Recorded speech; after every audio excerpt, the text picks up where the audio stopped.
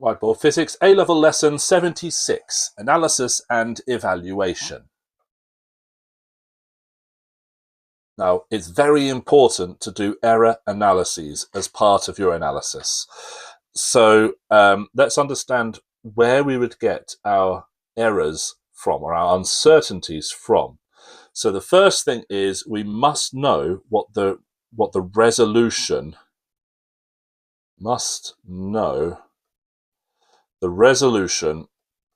of our instruments. Now, in general, the uncertainty in a reading is half of the resolution. Remember, that's the smallest interval, smallest measurement interval.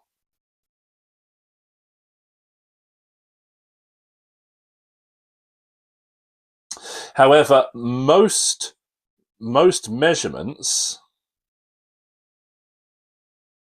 measurements require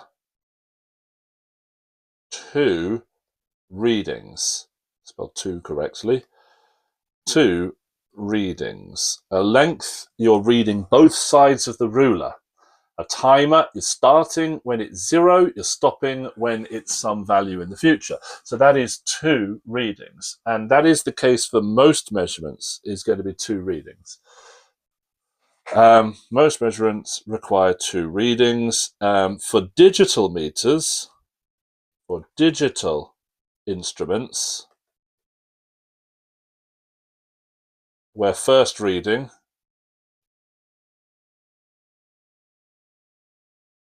is 0, and you can set it to 0. You can set it to 0. Then the uncertainty in first reading is also 0. So what's the upshot of that then? Well, what it means is that for analog instruments,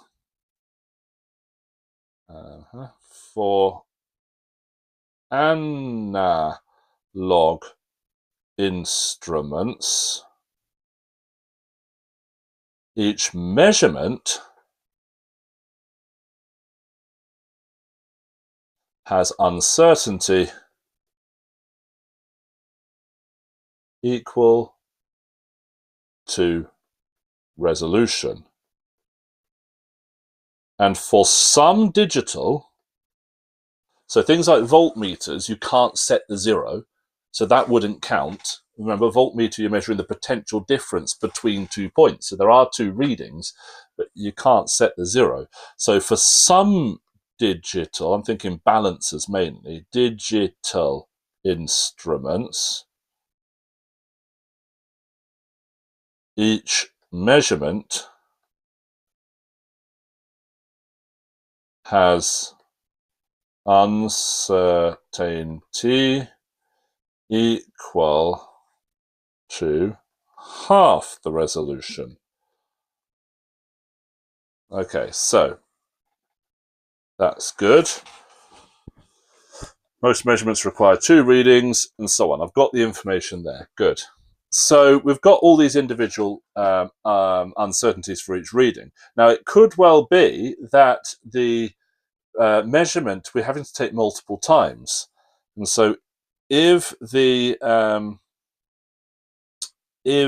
multiple repeat measurements, well, let's just say if repeat measurements reduces, let's say repeat measurements can reduce uncertainty.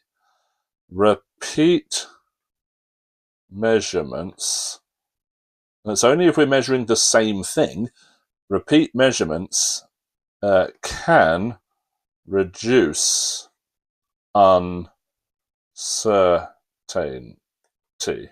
because then the uncertainty of the repeat measurements is half the range. Uncertainty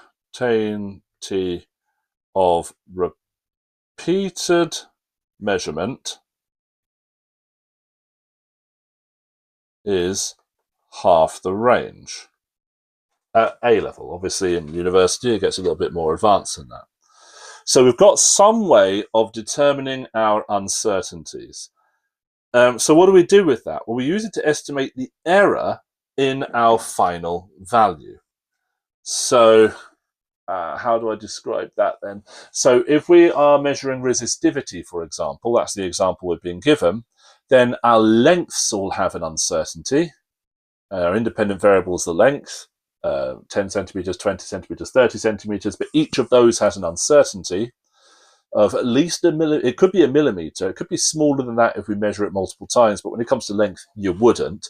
So the uncertainty in the length measurements would be 1 millimeter. But then we're also measuring resistance.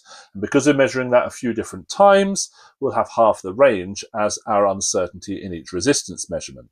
So now we've got uncertainty in each length and uncertainty in each resistance. What do we do with that? Well, if we're interested in resistance versus length, we would draw a graph and we would have to include error bars. So let's say using processing, I spelled that very wrong, processing with uncertainties. So if we've got uncertainties and we're processing our data, we're processing with a graph, we'll end up with error bars. So here's the example we've been using. We've got resistance, which is R, measured in ohms, and we've got length, which is L, measured in meters, perhaps. And then each point, we would usually represent it with an X, like this, and that would be fine. But actually, all of those points have an associated error. And we can use error bars. So our resistance might have a spread like this. And now this value might have a much smaller spread. And then this value might have a whopping great big spread. These are error bars, the lowest and the largest values of the range that our value is within. So when we say plus or minus, that's what we mean on a graph of the plus or minus. Now, when it comes to line of best fit, we're obviously going to try and do our line of best fit that goes through the points as closely as possible. And we can call that the line of best fit. But there is another line that would be acceptable. It's not the best line of best fit, but it is an acceptable line of best fit. And so I will go from the very top of this one and not quite there. That goes through all the error bars, just there. And you can see it's a lower gradient there. And that is the worst acceptable line of best fit. I would abbreviate these as worst acceptable line of best fit. And of course, our line of best fit. Now you could have lowest acceptable line of best fit, 𝗟𝗶, and highest acceptable line of best fit. This is an alternative way of doing this. The way I'm doing it is line of best fit and worst acceptable line of best fit. But the line must go through all the error bars. So if any of the error bars are a bit shorter or a bit longer, like that wouldn't be okay because it doesn't go through this error bar here where I'm drawing strange red lines. So our gradient has an uncertainty. The uncertainty in the gradient is equal to the line of best fit gradient, so gradient of line of best fit. Let's just, I don't give myself enough room here. The gradient of the line of best fit, subtract And it doesn't matter, I mean, this is the magnitude, so we can just draw magnitude lines over this, but it's the difference between the gradient of the line of best fit and the gradient of the worst acceptable line of best fit, of worst acceptable line of best fit, all divided by the gradient of the line of best fit. Now that's going to give us what's called a relative uncertainty. If we times it by 100%, it would be a percentage uncertainty. So gradient of line of best fit. So that would be a percentage or a relative uncertainty. Relative uncertainty.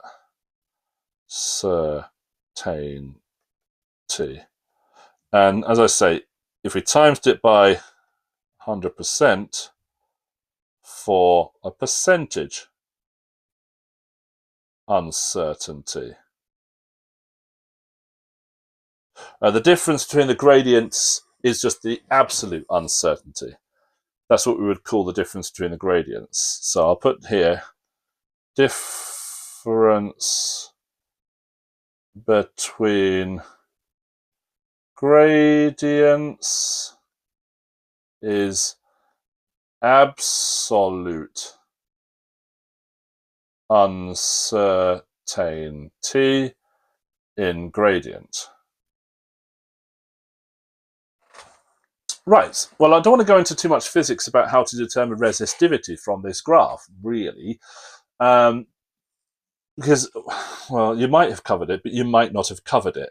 So if you haven't covered this, don't panic. I'm just going to make a statement here that resistance is equal to resistivity divided by the cross-sectional area multiplied by the length of the wire. That is true. That is what it is equal to. Now that is in the form y equals mx plus c. Mx plus c, so it should go through the origin. Should pass through origin. And if it doesn't, that's an indication of a systematic error. Should pass through origin, which means that the gradient in this example is equal to rho over A. Well, our A would be the cross-sectional area of a wire, and a wire is a cylinder, so quarter pi d squared, like that. Which means that our rho is equal to the gradient, in this example, the gradient times by a quarter pi d squared. Now we have an uncertainty in our gradient. We have an uncertainty in our gradient because of the graphs we drew with error bars in order to draw our lines of best fit. But what about D? Well, hopefully we made multiple measurements of the diameter, so we've got an uncertainty in that. And somehow we've got to combine those two uncertainties. And d squared is multiplied by the gradient. In fact, it's d times the gradient. So when quantities are multiplied or divided, we add the relative or percentage relative uncertainties. So this is d squared, so it's the relative uncertainty of d plus the relative uncertainty of d plus the relative uncertainty of the gradient. In general, if a quantity is raised to a power, we multiply the relative uncertainty by that. So if quantity raised to a power, we multiply relative uncertainty by the power. So square roots are raised to the power of a half, you see. And so we'd multiply a relative uncertainty by a half in that case. Fine, but that means we might have to calculate our relative uncertainties. So to get a relative uncertainty, and I'll use the symbol epsilon for this, relative uncertainty, epsilon of some value is going to be equal to the absolute uncertainty in that value divided by the mean value. So let's just label that absolute uncertainty. Absolute uncertainties have units. Means have units, so the units will cancel and you'll be left with a relative uncertainty. So that's how we do that. Now, what if we had an equation where quantities were added together or subtracted? How would we combine the uncertainties then? Well, we'd say when quantities are summed or subtracted, we add, never subtract, we add absolute uncertainties. And that's fine, but what if I don't know the absolute uncertainty? Well, the absolute uncertainty, delta x, is going to be equal to the mean value multiplied by the relative uncertainty, or the percentage uncertainty if you're presenting that relative uncertainty as a percentage. And there we are. That's how we combine our uncertainties. That's it. And students get really, really stuck with that sort of thing. But it doesn't need to be difficult. You always present your final answer, always has to be presented with uncertainties. So always, this is for practical work, present final answer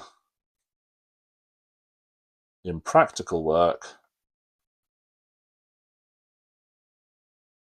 with uncertainty. So it would be the mean value of x plus or minus the absolute value of x, and then you would put the unit there, because these would be values. So you just put the values in and do include the unit. And that's, you would say x equals, and then you would fill in the numbers. In numbers. And that's what you would do. Right, have I covered everything for this bit? Errors, error bars, lines of best fit should pass through the error bars. Yeah, and the last thing you'd have to do is to look up what you expect the final answer to be and see whether that value is within your uncertainty. And if it's not, then there's a problem. And if the final answer is given with an uncertainty, you check the uncertainties overlap. But that involves doing some research to check. What you're doing there is evaluating the accuracy of your experiment and the accuracy of your final result. But we're kind of run out of space for that, so we'll stop there. Next lesson, we'll be talking about some of the differences between practical work and required practical work. We're talking about how practicals are assessed at A-level. It's not a big section. I think it'll only take one lesson to talk about. So I hope you join me then. Bye-bye.